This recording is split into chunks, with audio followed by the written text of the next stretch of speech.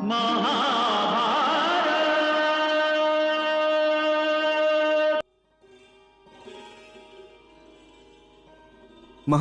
भारत का अनुपम धार्मिक, पौराणिक, ऐतिहासिक और दार्शनिक ग्रंथ है। यह हिंदू धर्म के मुख्यतम ग्रंथों में से एक है। यह विश्व का सबसे लंबा साहित्यिक ग्रंथ है। हालांकि इसे साहित्य की सबसे अनुपम कृतियों में से एक माना जाता है, किंतु आज भी यह प्रत्येक भारतीय के लिए एक अनुकरणीय स्रोत है।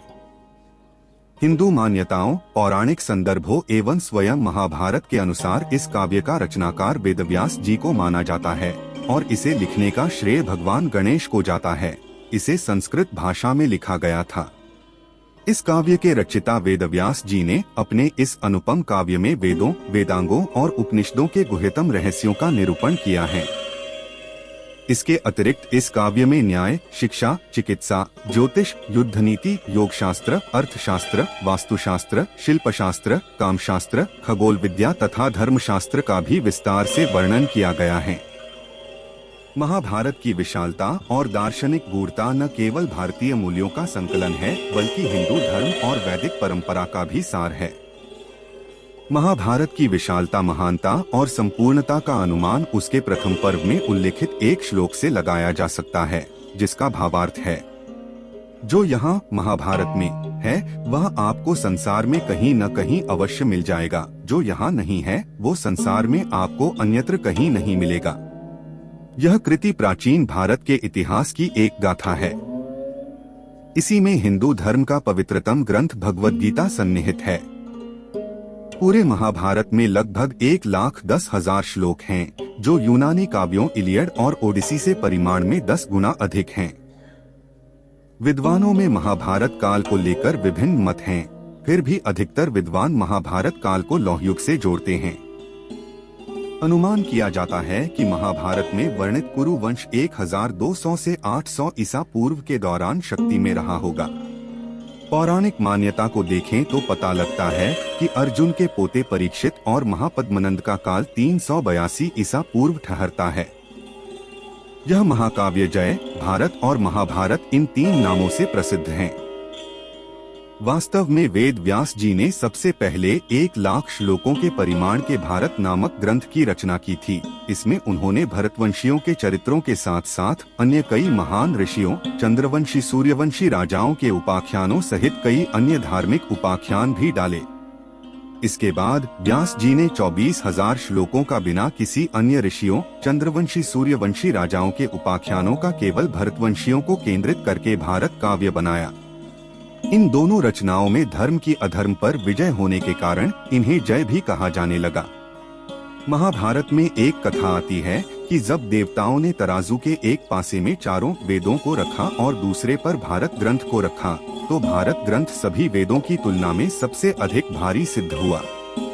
अतः भारत ग्रंथ की इस महत्ता, महानता को देखकर देवताओं और ऋषियों ने इसे महाभारत नाम दिया और इस कथा के कारण मनुष्यों में भी यह काव्य महाभारत के नाम से सबसे अधिक प्रसिद्ध हुआ। महाभारत में इस प्रकार का उल्लेख आया है कि वेदव्यास ने हिमालय की तलहटी की एक पवित्र गुफा में तपस्या में संलग्न तथा ध्यान योग में स्थित होकर महाभारत की घटनाओं का आदि से अंत तक स्मरण कर मन ही मन में महाभारत की रचना कर ली थी। परंतु इसके पश्चात उनके सामने एक गंभीर समस्या आ खड़ी हुई कि इस महाकाव्य के ज्ञान को सामान्य जन साधारण तक कैसे पहुंचाया जाए, क्योंकि इसकी जटिलता और लंबाई के कारण यह बहुत कठिन कार्य था कि कोई इसे बिना किसी त्रुटि के वैसा ही लिख दे जैसा कि वे बोलते जाएं।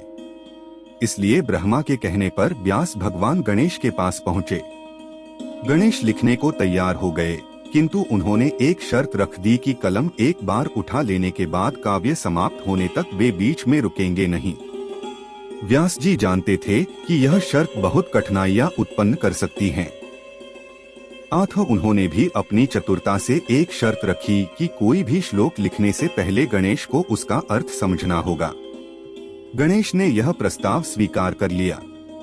इस तरह व्यास बीच बीच में कुछ कठिन श्लोकों को रच देते। जब गणेश उनके अर्थ पर विचार कर रहे होते, उतने समय में ही व्यास जी कुछ और नए श्लोक रच देते। इस प्रकार संपूर्ण महाभारत 3 वर्षों के अंतराल में लिखी गई। वेदव्यास ने सर्वप्रथम पुण्यकर्मा मानवों के उपाख्यानों सहित 1 लाख श्लोकों का आद्य भारत ग्रंथ बनाया। तदंतर उपाख्यानों को छोड़कर 24,000 श्लोकों की भारत संहिता बनाई।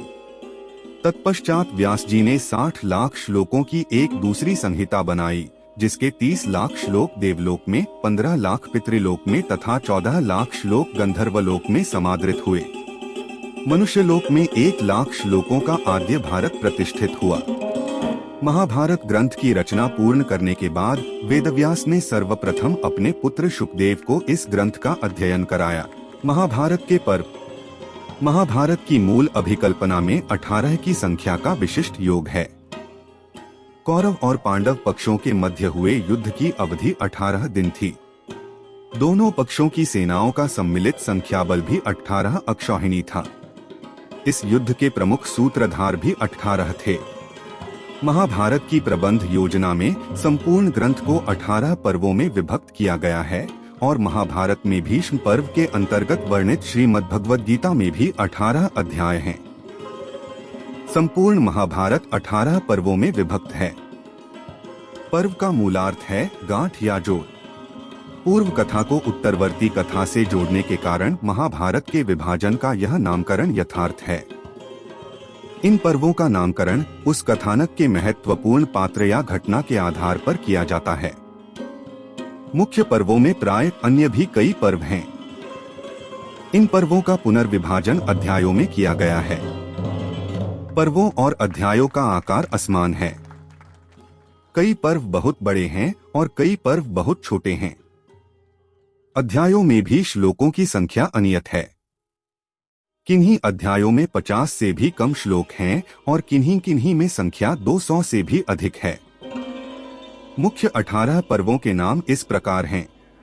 1 आदि पर्व, 2 सभा पर्व, 3 वन पर्व, 4 विराट पर्व, 5 उद्योग पर्व, 6 भीष्म पर्व, 7 द्रोण पर्व, 8 कर्ण पर्व, 9 शल्य पर्व, 10 सौप्तिक पर्व, 11 स्त्री पर्व, 12 शांति पर्व, 13 अनुशासन पर्व, 14 आश्वमेधिक पर्व, 15 आश्रमवासिक पर्व, 16 मौसल पर्व, 17 महाप्रास्थानिक पर्व, 18 स्वर्गारोहण पर्व।